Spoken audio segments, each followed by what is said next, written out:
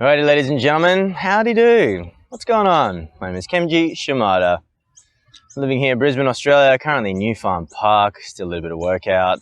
I am going to be your host for this show, and this show is Kenji's World.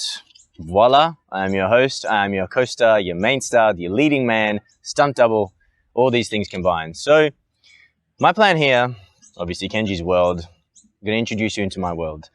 The way that I think, the way that I see, how I do things here, how I see a future for myself, how I'm trying to make a future for myself here in this place, and how I'm going to work towards a future. And, you know, just my commentaries about life, about what's going on this planet.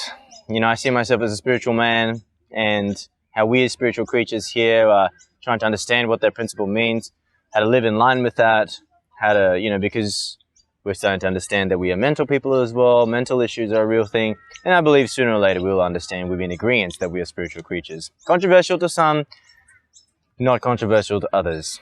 I am just here to state my point of view, my opinions, not facts, my opinions. I'm not a scientist, I'm just here to share. And I am an imperfect man, right? So I will be saying things that obviously, you know, some will be normal, some will be kosher, some will be controversial, some will be on the nose, some will be offensive to certain people. These are just my views, man, an honest level of my views. And I'm going to use this as my therapy as well, where I can just talk my shit out. I'll be having good times and bad times, because I see so much where it's all about the good times. But is that life? Is that realistic? I want to give something a bit more realistic. And I want to share my life with you, do you know what I mean? And I want to kind of document my life as well. So this is a step for me to have accountability towards myself, because I'm going to have to face this camera, and I want to try and bring the best me I can to this place. I want to bring the best me. So this is a semi-accountability thing, and also creating a platform to not only promote my life and my work that I'll be doing in the future as an artist, as a builder, as a this and a that, as a businessman, but it's going to be an opportunity and a platform for me to promote other people. So I'll have other people that are artists, that are business people trying to make a difference in this world, people acknowledging what's happening here, because I'm at the park. Of course, life is beautiful, but there are challenges we must face. We are moving towards a great and greater future for humanity, but this humanity, I feel, is only going to work if the human spirit, the human soul, the human condition is in the right place. So great power comes great responsibility. Thank you, Uncle Ben. Thank you, Spider-Man, Stan Lee, for giving us that quote. But it's true. Great power comes great responsibility. I truly believe that greatness is in all of us. It's in myself, and I have to allow greatness to shine. And I would like to see greatness shine in other people. You know, I see people that are shy, people with anxiety, people with depression. So much sadness in this world. You know, as much as there is goodness, there's a lot of, you know, mental turmoil, and I hear a lot of sad stories also.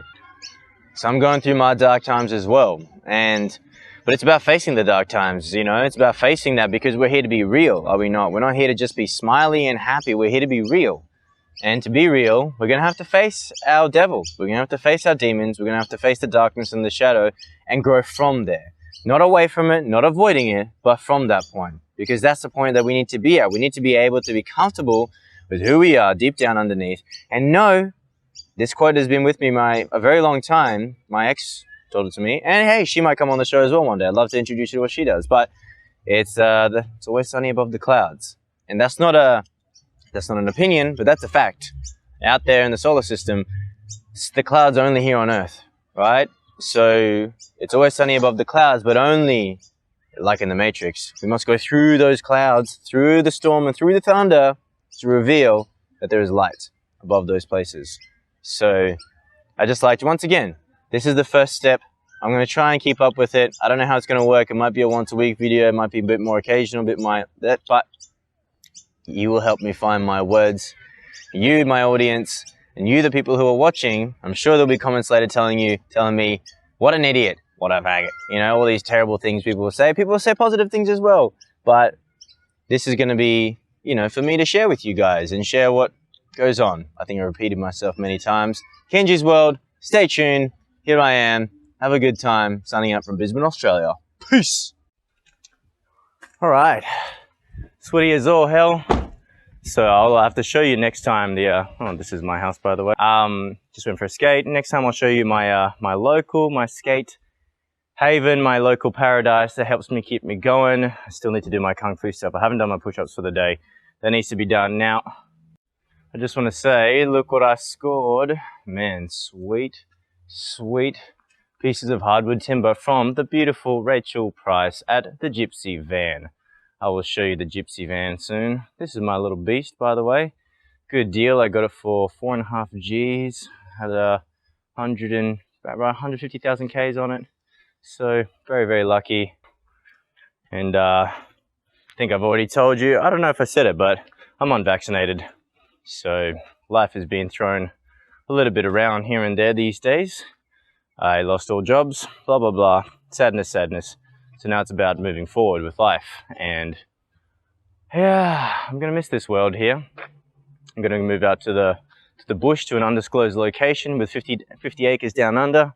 Me and him and his family, we're going to kick it out there and build some stuff. So it's going to be some good times, and see where we go for the future. If we can help people to, you know, elevate their consciousness, open up away from the matrix into a more real world where, you know, nature's world, even though there's man's world right behind it. Nature's world, if we can get that, you know, connect to that a little bit more.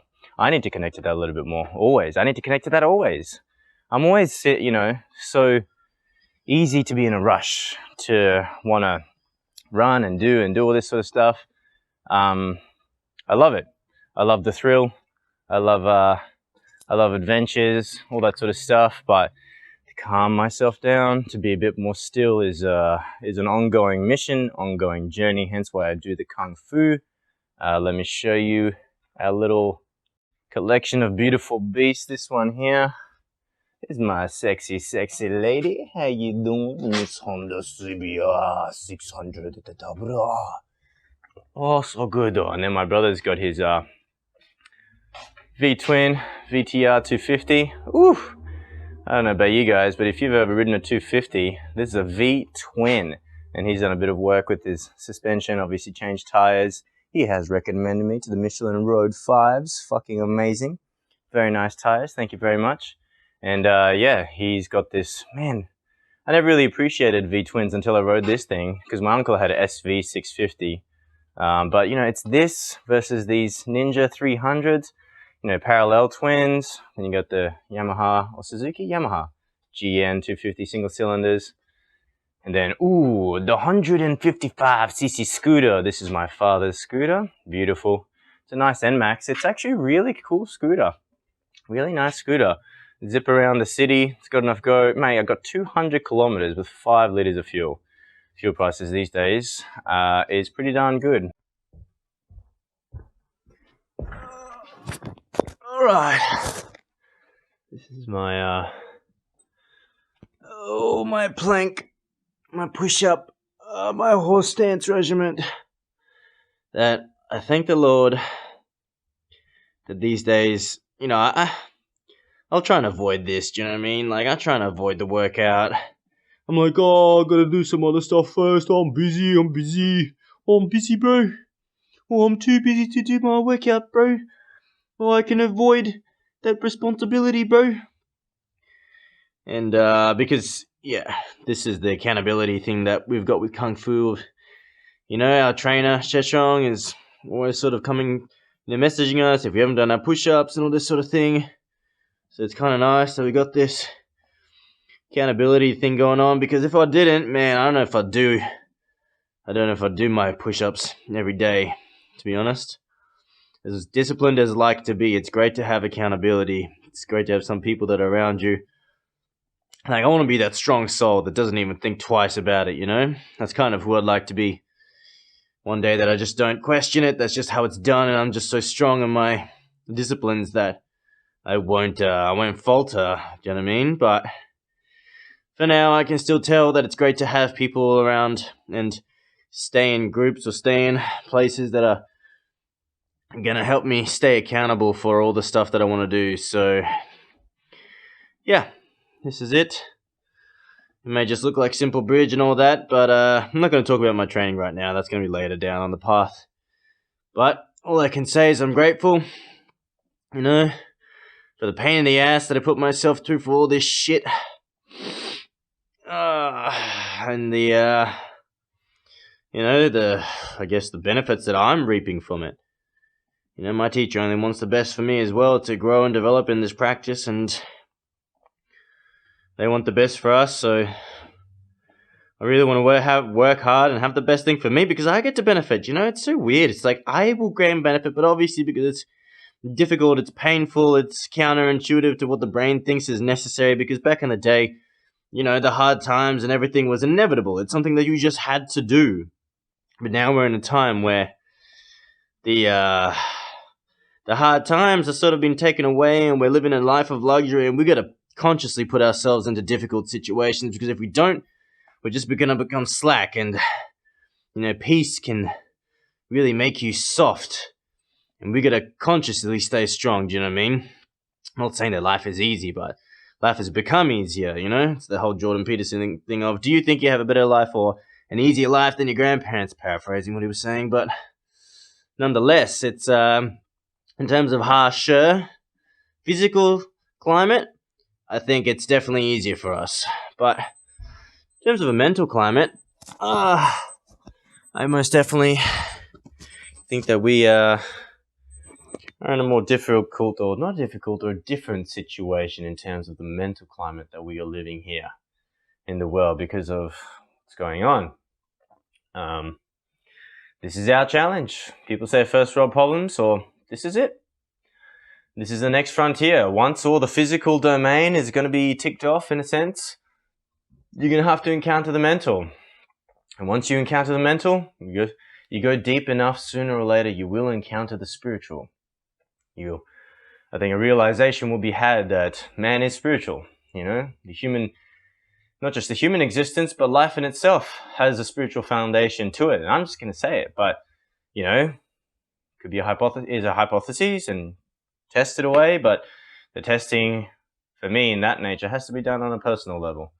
And it's just to go deep within, man. Just go deep within yourself and see if there's something there more beyond than just the mundane physical and all that sort of stuff. So it's hard to put spiritual into a mathematical equation or something tangible. Like, to me, it's tangible as all hell, but I can't explain it to you. You know, it's just something more. It's just something else. And that's the life I'm trying to live, you know, spiritual life here on the planet as a human being, and living amongst the world of commerce and politics and people, and, you know, the material life of rent and cars and travel and people, relationships, all that, whilst, you know, not just living a spiritual life, but knowing that the spiritual life is manifesting itself through all these things. You know, it's given me that purpose, that life, and now this purpose has to be found, you know, in the physical also, because yes, the cultivation of self is critical, but it's how you cultivate yourself, through what avenues. People do it through music, people do it through building, people do it through business. You know, if everyone could realize that the path that they're taking, that the analogy and the metaphor of the physical can translate into the spiritual, and that becomes a spiritual path, right? That it's about spiritual and self-development. And you realize self-development is going to be about myself, and then you realize that self is not limited by myself alone, that self encompasses those around me and my environment, my circumstances, the people, animal, places, everything. You are a product of the environment, and the environment is a product of you, right? There's a symbiosis and there's a relationship. So to me, if people start realizing this more, it's just a realization.